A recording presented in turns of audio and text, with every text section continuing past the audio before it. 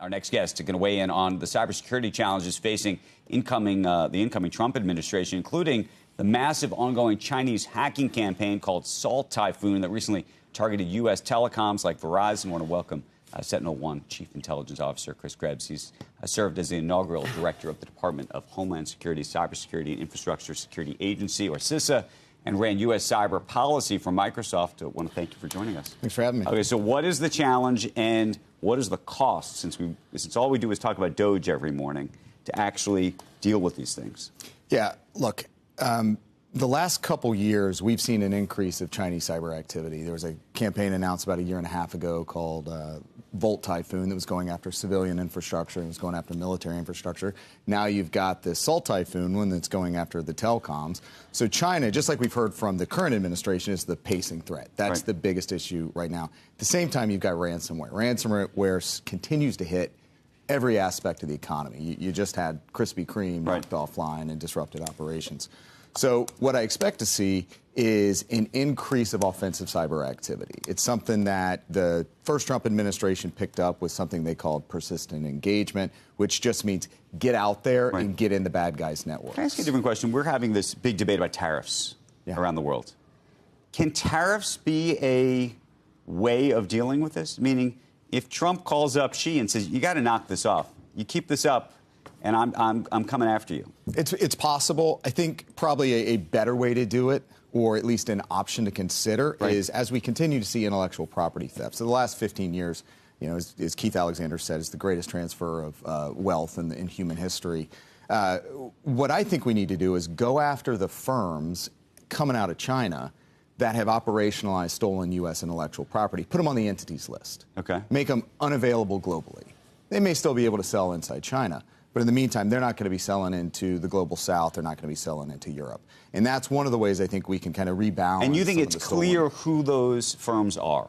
Absolutely. Yeah. I mean, it may take a little bit of time, but we have the capability right now, I think, to trace back a number of these actors that come in from China, steal intellectual property. And it's not just cyber, right? They're using academics. They're using insider risks. They're using current employees to steal it, take it back. If you can identify the way that that intellectual property has been operationalized and commercialized, then boom, you can go in and get them And you don't think, though, that there's a diplomatic approach to this? Absolutely not. Impossible. I don't think so. Look, the way that we view intellectual or diplomatic property, versus, you know, when I say diplomatic, that's tariffs. It's geoeconomic levers they can pull, perhaps. But they're going to continue doing this because they see intellectual property as something that's open to everyone. It's like the entropy of data. It's just, it wants to be free. And so they're going to go get it and they're going to bring it back. Tariffs could work, but I think they're a cudgel at this point rather than a really precise tool. Can I throw you a complete curveball? I don't know if you're watching the broadcast earlier this morning, but we've been having a conversation for the last 2 days about quantum computing and encryption. Yep. And this idea that, 5-10 years out from now, what Google or Alphabet announced last week, if it stays apace, we're going to need all kinds of new encryption for everything to remain safe, both banking, and then there was obviously this bigger question about something like a Bitcoin and whether that even works in a universe where this is all breakable. What do you think about the sort of processing power that may become available and what that ultimately means? So this is an issue. This is an issue for every business out there that has secrets. This is an issue for every government out there that has secrets. But it's also an issue today where we're still having difficulty getting companies just to implement multi-factor authentication. Even the most important companies in the world still are not rolling multi-factor authentication, so they can't protect today's secrets. But you can live in today's world where you can deploy the security necessary to defend against today's threat actors, but you also have to have in your product roadmap, in your enterprise roadmap, the post-quantum crypto reality of baking in whatever the And what is that? Just much stronger, longer algorithms that are the encryption? Yeah. So NIST, the National Institute of Science and Technology in the U.S. government, has released a number of different algorithms that they're testing, that they're receiving feedback on. The National Security Agency doing the same thing.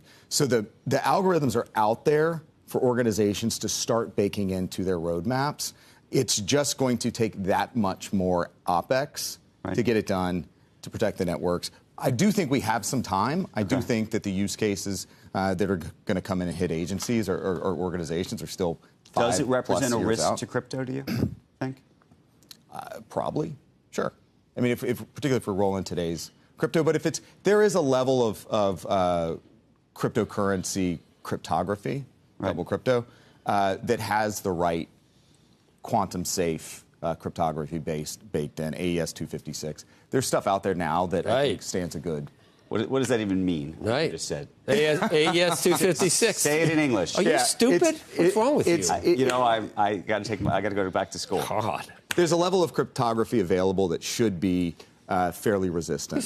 To layer in a And is that for all cryptocurrency, or I mean, that's the big question about like. I got to admit, guys, I don't spend a lot of time talking about cryptocurrency. Okay. I don't. But yeah, I said it was a curveball. I didn't know if you know.